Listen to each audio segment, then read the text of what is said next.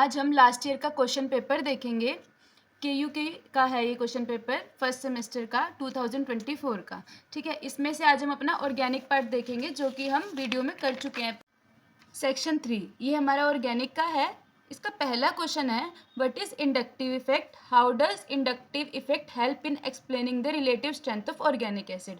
तो जो हमारी पहले वाली वीडियो है सम बेसिक कॉन्सेप्ट वाली, उसमें वैसे हम डिटेल में पढ़ चुके हैं इंडक्टिव इफेक्ट क्या है, आप उसमें जाकर देख सकते हैं। वैसे इंडक्टिव इफेक्ट क्या होता है, जैसे हमारी कार्बन की चेन है, ठीक है, इसके साथ मान लो कोई ग्रुप लगा है जो कि इलेक्ट्रॉन विड्रॉइंग है या फिर इलेक्ट्रॉन रिलीजिंग है। अभी हम मान लेते हैं कि हमारा इलेक्ट्रॉन विड्रॉइंग ग्रुप है, तो ये क्या करेगा, ये इलेक्ट्रॉन लेगा इस साथ वाली कार्बन से, अभी खींचेगा इलेक्ट्रॉन, तो सिग्मा इलेक्ट्रॉन की डिस्प्लेसमेंट हो रही है। यहाँ पर डिस्प्लेसमेंट होने की वजह से इलेक्ट्रॉन इसकी तरफ आ जाएंगे, इस पे नेगेटिव चार्ज आ जाएगा, इस पे पॉजिटिव। अभी अगली कार्बन से खींचेगा, इस पे थोड़ा पॉजिटिव चार्ज इस पे भी आ जाएगा, लेकिन इससे मैग्नीट्यूड में वो कम होगा। फिर वो अगली से खींचेगा, फिर वो अगली से खींचेगा, इस तरह से पूरी चेन में फैल जाएगा ये। तो इसे ट्रांसमिशन इफेक्ट भी कहते हैं, हमने उसमें पढ़ा था। तो ये है हमारा इंडक्टिव इफेक्ट। तो क्या है हमारा inductive effect, the type of displacement of sigma electron along a saturated carbon chain whenever an electron withdrawing or electron donating group is present at the end of the chain। मतलब chain के and में अगर कोई electron donating group लगा है या electron withdrawing group लगा है, तो क्या करेगा वो, जैसे यहाँ पर इलेक्ट्रॉन विड्रॉइंग ग्रुप है, तो ये खींच रहा है इलेक्ट्रॉन इस कार्बन से, ये अगली कार्बन से खींच रही है, ये उससे अगली कार्बन से खींच रहा है, इस तरह से। ठीक है, इसे ट्रांसमिशन इफेक्ट भी कहते हैं। अब दो तरह के हमारे ग्रुप होते हैं, एक वो जिनका प्लस आई इफेक्ट होता है, एक वो जिनका माइनस आई होता है। अगर कोई सब्स्टिट्यूएंट ऐसा है जो कि इलेक्ट्रॉन को डोनेट करेगा, इलेक्ट्रॉन डोनेटिंग ग्रुप हो जाएगा वो, जैसे कि अल्काइल ग्रुप हो गया। और अगर कोई सब्स्टिट्यूएंट ऐसा है जो इलेक्ट्रॉन विड्रॉ करेगा हमारी कार्बन चेन से, तो वो इलेक्ट्रॉन विड्रॉइंग इफेक्ट। अगला पार्ट है इसका कि how does inductive effect help in explaining the relative strength of organic acid. अब हम देखते हैं relative strength of organic acid. ठीक है, एसिड क्या होता है, जो हमें एक्वा सॉल्यूशन में H पॉजिटिव आयन दे, जो जितनी आसानी से हमें H पॉजिटिव दे देगा वो उतना अच्छा एसिड होगा। जैसे ये हमारा कार्बोक्सिलिक एसिड है, ठीक है, मैंने एक्वा सॉल्यूशन में से लिया, हमें क्या मिलेगा, कार्बोक्सिलेट आयन मिलेगा। अब ये हमारा प्रोडक्ट है, एक तरह से रिएक्टेंट है। अगर प्रोडक्ट रिएक्टेंट से ज़्यादा स्टेबल होगा तभी प्रोडक्ट बनेगा। मतलब अगर जितना हमारा कार्बोक्सिलेट आयन स्टेबल होगा उतनी जल्दी ये तुम्हारा carboxylic acid H positive release कर देगा और कार्बोक्सिलेट आयन में चेंज हो जाएगा। पर अगर ये आयन जो बन रहा है कार्बोक्सिलेट आयन, अगर ये स्टेबल ही नहीं है तो फिर ये क्यों अपने में से H पॉजिटिव निकालेगा और क्यों चेंज होगा कार्बोक्सिलेट आयन में, है ना। अब जो भी फैक्टर हमारे इस कार्बोक्सिलेट आयन को स्टेबल करेंगे वो एसिडिटी को इंक्रीज कर देंगे। तो मान लो इस पे नेगेटिव चार्ज है, अब कोई ऐसा ग्रुप लगा है जो इसके नेगेटिव को इंक्रीज कर दे, इस नेगेटिव चार्ज को बढ़ा दे।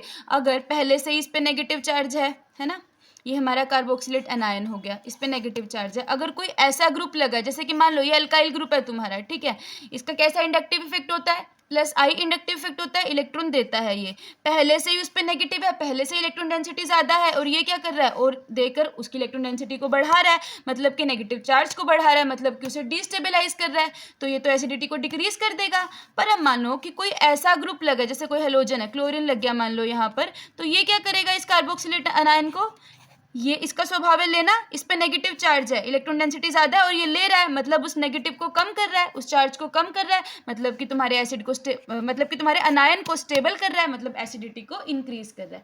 ठीक है, अब आपको इसे अटेम्प्ट कैसे करना है वो देखते हैं। देखो ये कार्बोक्सिलिक एसिड हो गया, एक्वा सॉल्यूशन में लिया, कार्बोक्सिलेट आयन मिल गया और हाइड्रोनियम आयन मिल गया। ठीक है, any factor which stabilize the carboxylate anion more than the parent acid, मतलब जो भी इसे स्टेबल करेगा इससे ज़्यादा, वो क्या करेगा, हमारी एसिडिटी को इंक्रीज कर देगा। और any factor which destabilise the अनायन decrease the acidity, है ना, सीधी सी बात है, जो इसे स्टेबल करेगा वो एसिडिटी को इंक्रीज करेगा और जो इसे डिस्टेबल करेगा वो एसिडिटी को डिक्रीज करेगा। तो पहले जी हमारा एक ग्रुप है जिसके पास कैसा इफेक्ट है, इलेक्ट्रॉन विड्रॉइंग इंडक्टिव इफेक्ट है।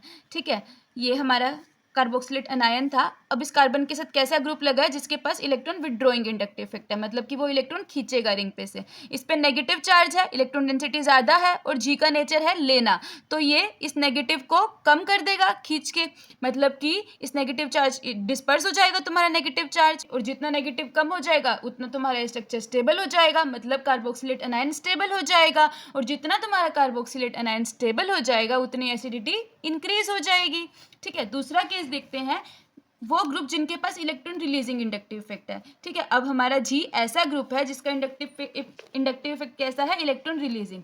ठीक है, ये कार्बोक्सिलेट अनायन है, अब पहले से इस पे नेगेटिव चार्ज है। अब ये जी का स्वभाव कैसा है, देना, तो ये दे के क्या कर रहा है, और बढ़ा रहा है इस नेगेटिव चार्ज को, मतलब जी इंटेंसिफाई कर रहा है नेगेटिव चार्ज को। अगर बढ़ा देगा नेगेटिव चार्ज को तो मतलब स्ट्रक्चर को डीस्टेबल कर देगा, मतलब हमारा कार्बोक्सिलेट अनायन जो है वो डीस्टेबल हो जाएगा, मतलब एसिडिटी डिक्रीज हो जाएगी। ठीक है, एग्जाम्पल देखते हैं, एक हमने लिया क्लोरो एसिटिक एसिड और एक लिया हमने एसिटिक एसिड। अब एसिटिक एसिड में ये मिथाइल ग्रुप है। ठीक है, इसका कैसा इंडक्टिव इफेक्ट होता है, प्लस आई, ये क्या कर रहा है, नेगेटिव चार्ज को बढ़ा रहा है, मतलब स्ट्रक्चर को डिस्टेबलाइज कर रहा है, मतलब ये एक वीक एसिड है।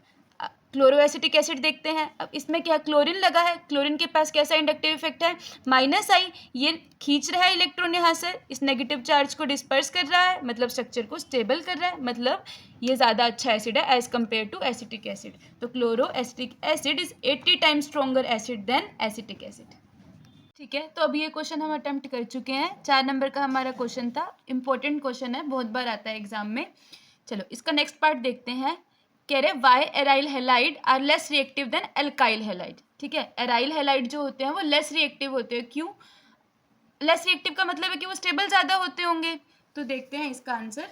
देखिए, aryl halide are less reactive than alkyl halide, ये होता है रेजोनेंस इफेक्ट की वजह से। ठीक है, एराइल हैलाइड में क्या होता है, रेजोनेंस होती है, रेजोनेंस की वजह से वो स्टेबल ज़्यादा हो जाता है, स्टेबल ज़्यादा हो जाता है तो रिएक्टिव कम हो जाता है। ठीक है, ये रहा हमारा एराइल हैलाइड, हमने यहाँ पर क्लोरीन ले लिया है।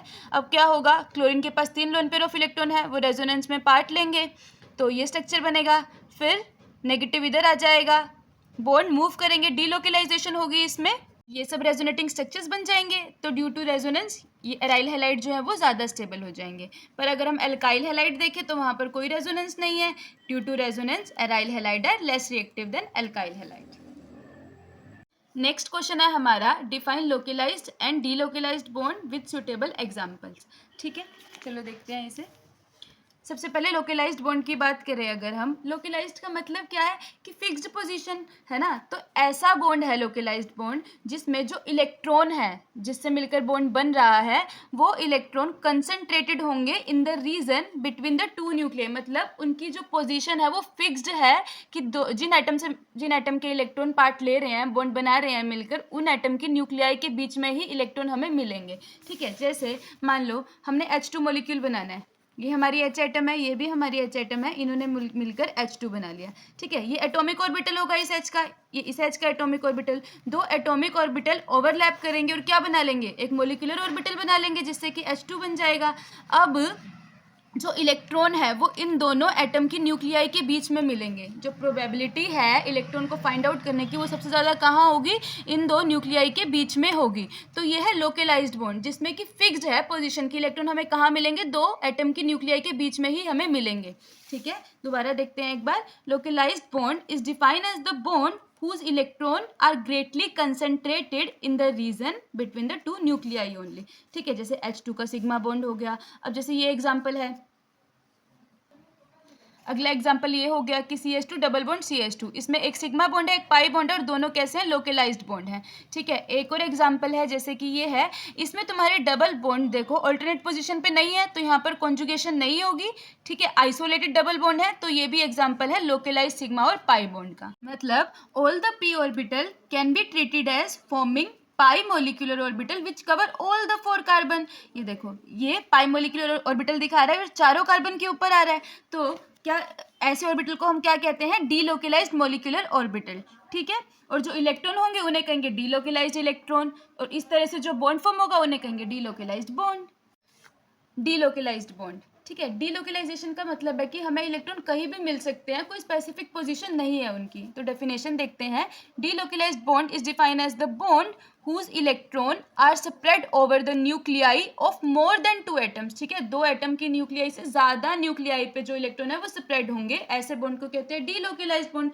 इसे एग्जांपल से देखते हैं हमने एग्जांपल लिया 1,3-ब्यूटाडाइन का। ठीक है, CH2 double bond CH, single bond CH, double bond CH2। अब ये डबल बॉन्ड कैसे कॉन्जुगेशन में है, तो ये इधर आ जाएगा, ये इधर चला जाएगा, एक स्ट्रक्चर इसका ये भी पॉसिबल हो जाएगा।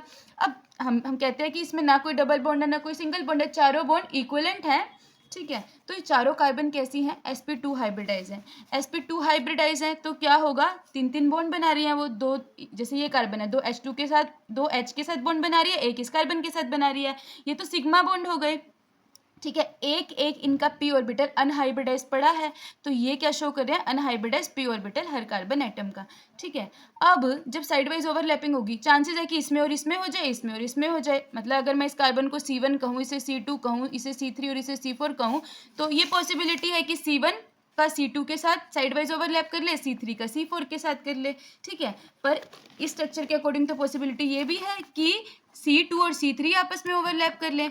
तो एक्चुअल में हो क्या रहा है, चारों ही एक दूसरे के साथ ओवरलैप कर रहे हैं। नेक्स्ट क्वेश्चन है हमारा 7th का A part, what are elimination reaction, what are its type, give one example of each. ठीक है, एलिमिनेशन रिएक्शन क्या होती है, एलिमिनेशन जैसे कि नाम से पता चल रहा है कि इसमें कोई ना कोई चीज़ एलिमिनेट होगी, है ना, तो ये वो रिएक्शन होती है जिनमें लॉस होता है किसी न किसी एटम का या किसी न किसी ग्रुप का।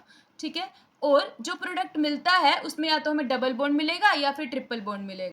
It involves loss of atom or group of atom from a molecule to form compound containing double or triple bond। ठीक है, इनमें एटम और ग्रुप ऑफ एटम का लॉस होता है। ठीक है, किसी न किसी मॉलिक्यूल में, और या तो डबल बॉन्ड बनेगा या ट्रिपल बॉन्ड बनेगा। फॉर एग्जांपल इसमें क्या हो रहा है, इसमें तुम्हारा यहाँ से H चला गया, यहाँ से तुम्हारा Cl चला गया, और क्या बन गया, डबल बॉन्ड बन गया, तो ये होगी elimination reaction. It involves loss of atom or group of atom from a molecule to form compound containing double or triple bond। ठीक है, इनमें एटम और ग्रुप ऑफ एटम का लॉस होता है। ठीक है, किसी न किसी मॉलिक्यूल में, और या तो डबल बॉन्ड बनेगा या ट्रिपल बॉन्ड बनेगा। फॉर एग्जांपल इसमें क्या हो रहा है, इसमें तुम्हारा यहाँ से H चला गया, यहाँ से तुम्हारा Cl चला गया, और क्या बन गया, डबल बॉन्ड बन गया, तो ये होगी एलिमिनेशन रिएक्शन। अगला है हमारा इसी में कि व्हाट आर इट्स टाइप, किस किस तरह की होती है, तो या तो अल्फा एलिमिनेशन, बीटा एलिमिनेशन और गामा एलिमिनेशन, इस तरह से इसे डिफ्रेंशिएट किया गया है।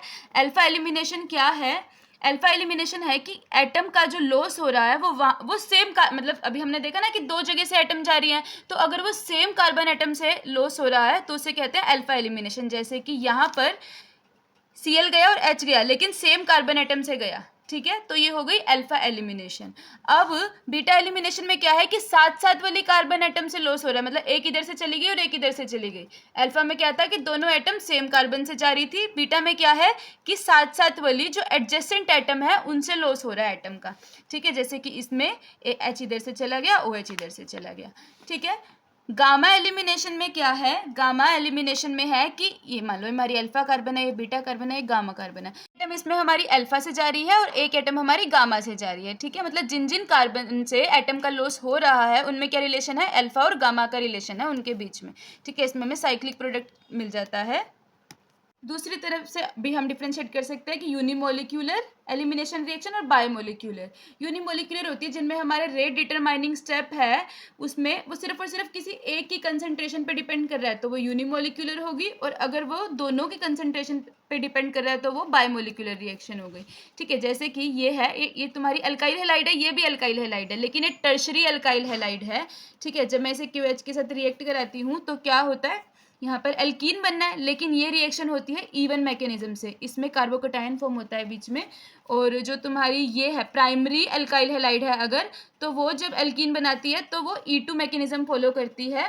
अब जो बायोमोलिकुलर रिएक्शन है ये होती सिंगल स्टेप में है, पर इसमें ही इसकी कंसंट्रेशन पे भी डिपेंड करता है रेट डिटरमाइनिंग स्टेप, और इसकी कंसंट्रेशन पे भी डिपेंड करता है। नेक्स्ट क्वेश्चन है हमारा व्हाट आर कार्बोकटायंस। कार्बोकटायंस क्या होते हैं, वैसे तो हमें रिएक्शन इंटरमीडिएट वाली वीडियो में डिटेल में पढ़ चुके हैं कार्बोकटायंस क्या होते हैं। कार्बोकटायन होते हैं जिनमें कार्बन पर पॉजिटिव चार्ज आए, कार्बन इलेक्ट्रॉन डेफिशिएंट है, पॉजिटिव चार्ज का मतलब है ना, उसकी वैलेंस शेल में 6 इलेक्ट्रॉन होते हैं कार्बोकटायंस में। रिएक्शन इंटरमीडिएट है कार्बोकटायन एक, तो बहुत ज़्यादा रिएक्टिव होते हैं। चलो अगला है इसका स्ट्रक्चर बताओ। स्ट्रक्चर में हमने पढ़ा था कि जो कार्बोकेटाइन की कार्बन होती है वो कैसी होती है, sp2 हाइब्रिडाइज होती है, 3 वो सिग्मा बॉन्ड बनाती है, बॉन्ड एंगल 120 डिग्री होता है, और जो उसका एक अनहाइब्रिडाइज ऑर्बिटल होता है p ऑर्बिटल वो वैकेंट पड़ा रहता है। ये स्ट्रक्चर था। उसके बाद कह रहे हैं कि what is the effect of substituent on the stability of benzyl carbocation. Benzyl carbocation क्या था, ये था। अब सब्स्टिट्यूएंट का क्या इफेक्ट होगा इस पे, ये पॉजिटिव चार्ज है मतलब कमी को दिखा रहा है। अगर कोई ऐसा सब्स्टिट्यूएंट लगे जो इसकी कमी को बढ़ा दे, मतलब इलेक्ट्रॉन विड्रॉइंग ग्रुप लगा है, मान लो कोई ना कोई एक ग्रुप है जो इलेक्ट्रॉन विड्रॉइंग है, क्या करेगा, इलेक्ट्रॉन खींचेगा अपनी तरफ, पहले ही कमी है और ज़्यादा इस पॉजिटिव चार्ज को बढ़ा देगा, मतलब स्ट्रक्चर को डिस्टेबलाइज कर देगा। ठीक है। दूसरा केस क्या हो सकता है कि कोई ऐसा सब्स्टिट्यूएंट लगे जो कि इलेक्ट्रॉन रिलीजिंग ग्रुप लगा है कोई। ठीक है। इलेक्ट्रॉन रिलीजिंग ग्रुप क्या करेगा, इलेक्ट्रॉन देगा, मतलब अगर इलेक्ट्रॉन देगा, यहाँ पर कमी है और वो इलेक्ट्रॉन दे रहा है तो मतलब कमी को पूरा कर रहा है, मतलब कि पॉजिटिव चार्ज को बैलेंस कर रहा है, मतलब कि इसको स्टेबलाइज कर रहा है। तो अगर इलेक्ट्रॉन रिलीजिंग ग्रुप लगा है बेंजाइल कार्बोकेटाइन पे तो वो उसको स्टेबल कर रहा है, और अगर इलेक्ट्रॉन विड्रॉइंग ग्रुप लगा है तो वो डिस्टेबल कर रहा है। A carbocation is a cation in which positive charge is carried by a carbon, मतलब कार्बन पे पॉजिटिव चार्ज है और उसकी वैलेंस शेल में सिर्फ 6 इलेक्ट्रॉन है। ठीक है। शॉर्ट लिव्ड होते हैं, बहुत ज़्यादा रिएक्टिव होते हैं। रिएक्टिव क्यों होते हैं, क्योंकि पॉजिटिव चार्ज और ये चाहते हैं कि पॉजिटिव खत्म हो, मतलब कमी को पूरा करना चाहते हैं, अपनी वैलेंस शेल को कंप्लीट करना चाहते हैं, ऑक्टेट को कंप्लीट करना चाहते हैं। ठीक है। फिर अगला था हमारा स्ट्रक्चर ऑफ कार्बोकेटाइन। ये स्ट्रक्चर होता है, इसमें जो कार्बन है वो sp2 हाइब्रिडाइज होती है, जो 3 sp2 हाइब्रिडाइज ऑर्बिटल होते हैं वो सिग्मा सिग्मा सिग्मा बॉन्ड बनाते हैं, 120 डिग्री बॉन्ड एंगल होता है, और जो एक अनहाइब्रिडाइज p ऑर्बिटल रह जाता है वो वैकेंट पड़ा रहता है। तीसरा पार्ट था उसमें कि सब्स्टिट्यूएंट का क्या इफेक्ट है बेंजाइल कार्बोकेटाइन पे। अगर कोई इलेक्ट्रॉन रिलीजिंग ग्रुप लगा है हमारा तो वो क्या करेगा, उस पॉजिटिव चार्ज जो हमारा बेंजीन था बेंजाइल कार्बोकेटाइन, इस पे जो पॉजिटिव चार्ज है अगर इलेक्ट्रॉन रिलीजिंग है तो इस पॉजिटिव को खत्म करेगा, कमी को पूरा करेगा, मतलब कार्बोकेटाइन को स्टेबलाइज कर रहा है। और अगर इलेक्ट्रॉन विड्रॉइंग ग्रुप लगा तो वो क्या करेगा, पहले से ही पॉजिटिव है वो और इलेक्ट्रॉन खींच रहा है बेंजीन रिंग से, तो कमी को बढ़ा दिया, मतलब डिस्टेबलाइज कर दिया कार्बोकेटाइन को। Last question, how do you account for the stability of primary, secondary and tertiary free radicals. ये भी हम देख चुके हैं, जो रिएक्शन इंटरमीडिएट वाली वीडियो है आप वहाँ जाकर देख सकते हैं इसे डिटेल में। हमें पता है जो टर्शरी फ्री रेडिकल होते हैं वो सबसे ज़्यादा स्टेबल होते हैं, फिर सेकेंडरी, फिर प्राइमरी। हाइपर कॉन्जुगेशन के बेसिस पे हमने इसकी एक्सप्लेनेशन दी थी। ये टर्शरी है हमारा, ये सेकेंडरी हो गया, ये प्राइमरी हो गया। हमने इसमें पढ़ा था इसके पास जो है वो 9 अल्फा हाइड्रोजन होते हैं, इसके पास 6 अल्फा हाइड्रोजन होते हैं और इसके पास 3 अल्फा हाइड्रोजन होते हैं। तो इसमें 9 स्ट्रक्चर बनते हैं, इसमें 6 बनते हैं, इसमें 3 बनते हैं। जिसमें जितना ज़्यादा स्ट्रक्चर्स बनते हैं वो उतना ज़्यादा स्टेबल होता है, तो इसलिए टर्शरी सबसे ज़्यादा स्टेबल, फिर सेकेंडरी, फिर प्राइमरी। डिटेल में आप वहाँ जाकर चेक कर सकते हैं।